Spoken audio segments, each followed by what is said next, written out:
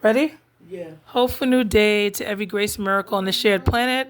I'm here with a special guest, my sister-in-law, Miss Hopeful, and I'm Miss Simona right here on YouTube. Please tune in. We're having a very informed discussion about striving to reinforce early intervention from the earliest age. And that represents caring for yourself and loving on yourself in a way that helps you to be your best self. Now, would you like to say something, Miss Hopeful?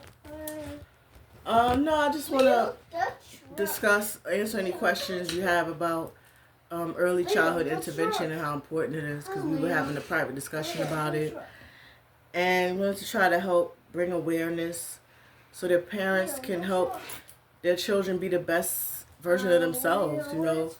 Growing up, we have challenges as it is, but when some children struggle with certain behavior problems or speech or things like that, they need to get that help as early as possible so they can be able to face the challenges that come with adulthood in the future and young adulthood and teenage life and adolescence. And there's no shame in it. Everybody needs help with something, just in different areas.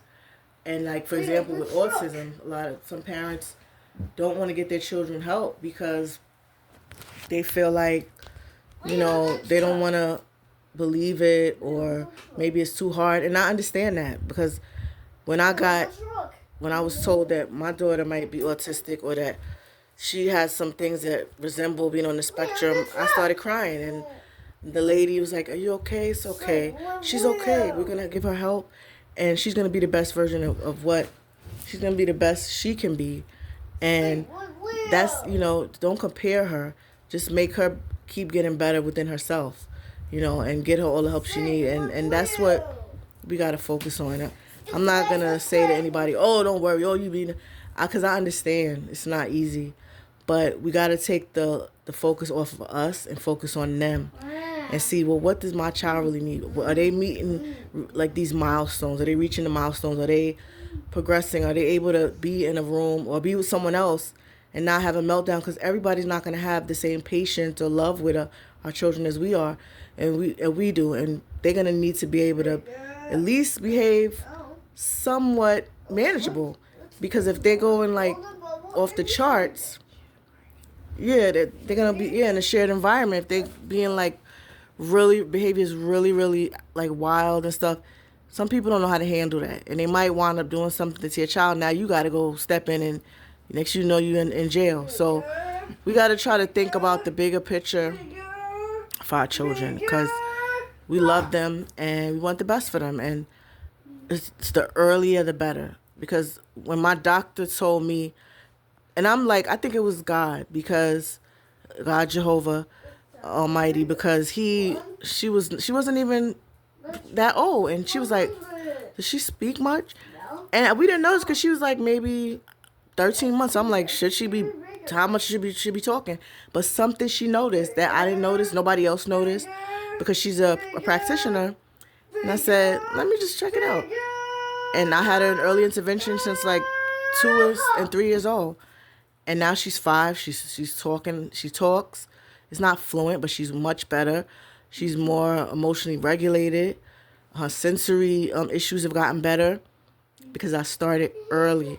So if somebody is giving you the light flashing on for you, take it. Consider it a blessing and run with it. Run to the early intervention place. Run to the CPSC office. Get that help, because the earlier the better, especially under 5. That is a key time to get them services. So that's what I wanted to talk about, because it's so important for our children. Thank you again, Miss Hopeful, for sharing your personal experiences. I'm very empowered by your story, and I'm sure others will be as well. I just want to add on to that, and what really stood out to me was that you were open to receive what someone noticed and to look more into it. Sometimes it may correlate with what was shared with you, and sometimes it may not. But the point is that you were proactive and you sought out something and services that could evidently are benefiting your precious blessing, your child. So thank you for sharing that story again. And we all, at times, may struggle with our health. We can ignore it, pretend it's not there, but it's not going to make it go away. And evidently, pardon me, there goes my health challenges, asthma. Well, evidently, the practical way to manage it is by accepting the habitual evidence and remaining proactive in regards to ways to manage it, to improve it, or to even heal it if it's able to be healed. Now, in my experiences as an extended child care facility, being graced to connect with children of all backgrounds, ages, and needs for 11 or more hours a day, 5 days a week, and sometimes on a weekend, I was able to continuously be enlightened in regards to children who can evidently benefit from ABA, evidently benefit from speech, evidently benefit from some type of physical therapy because there were habitual patterns. However, it makes it challenging when parents are not working with us continuously in regards to what we've habitually observed being there with them for extended hours, or they are evidently exhibiting to be in continuous denial. And again, as my sister-in-law shared, when children are placed in a shared environment, which is going to be likely in this world, you're not going to be in your home forever, and we're preparing them to survive out in the world because they're going to need to connect with someone besides us at some point.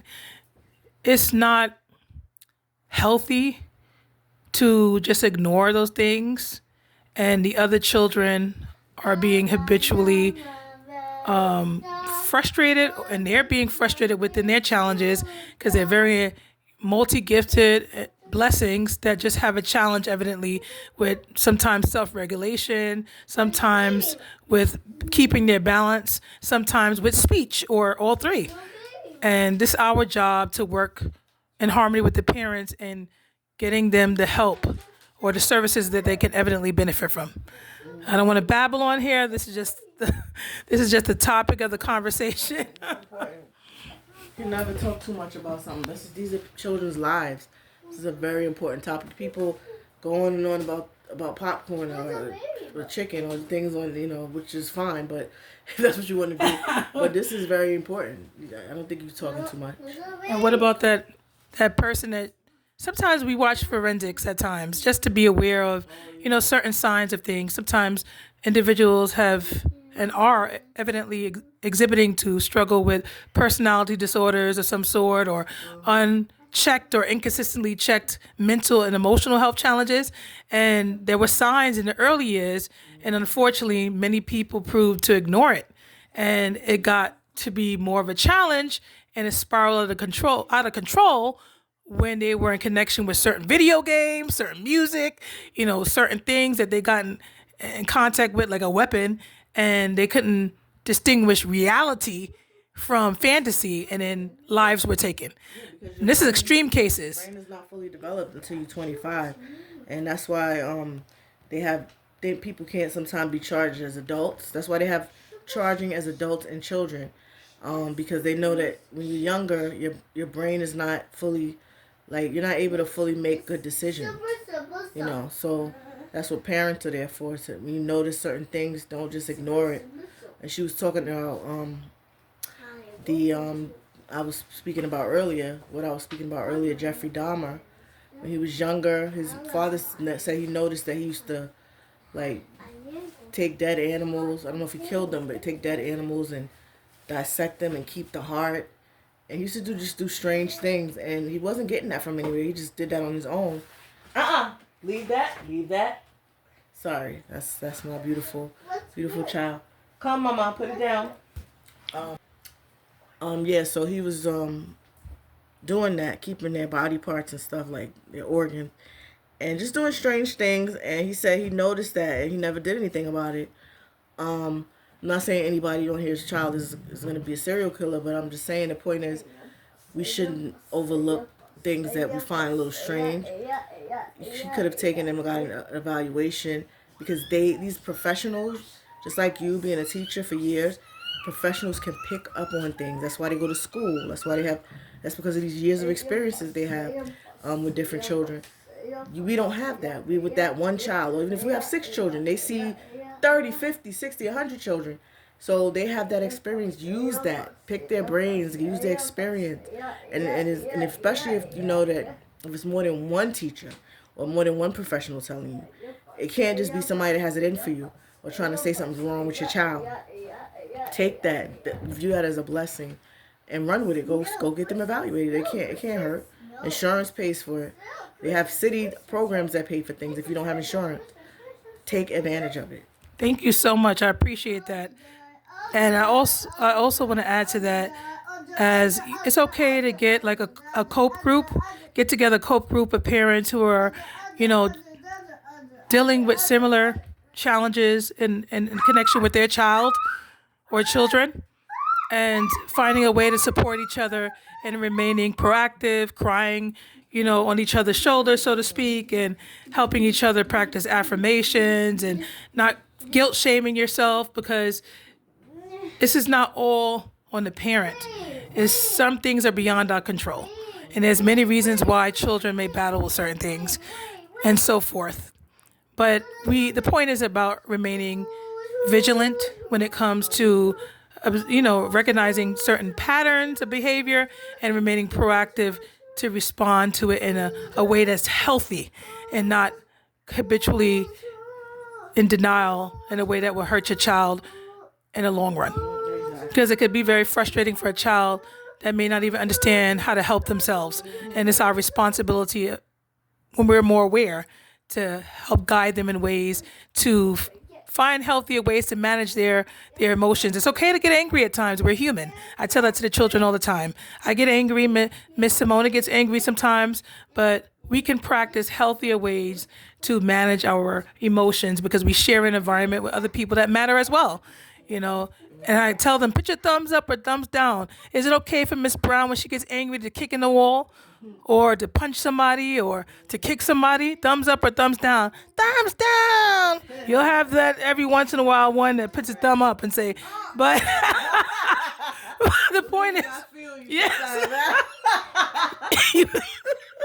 You may have intrusive thoughts sometimes, like you might want to have an invisible foot to sweep kick somebody in anger, but the point is it healthy? Is it really going to solve the situation or multiply the challenges? Because now you got to deal with legal situations, you got to deal with a guilty conscience, and you have to deal with things that come along with all that. But the point is this: we all get upset at times, we all have health challenges at times, but it's about remaining proactive, because that's a part of self-love. Loving yourself is doing things to help yourself. And loving your children is doing what's best for them in accordance with the evidence. And it's not about control. We have superpowers. Maybe people with special needs or with some health challenges as far as mental and emotional or physical, or all three, are just, have superpowers. It's not just about, putting a fantasy to it.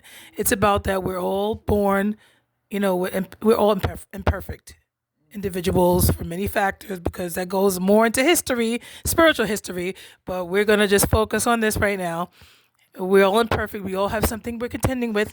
Some individuals have more challenges in areas than others. It's about remaining proactive about your graced, miraculous life, and proactive about the graced, miraculous life you were blessed with, which are your children, students, and so forth. Much love and blessings, and please feel free to continue to browse, like, and/or subscribe. Would you like to say anything else, Miss Hopeful? Thank you, everybody, for listening, and please make the right choice. You won't regret it. Thank you so much. Take care.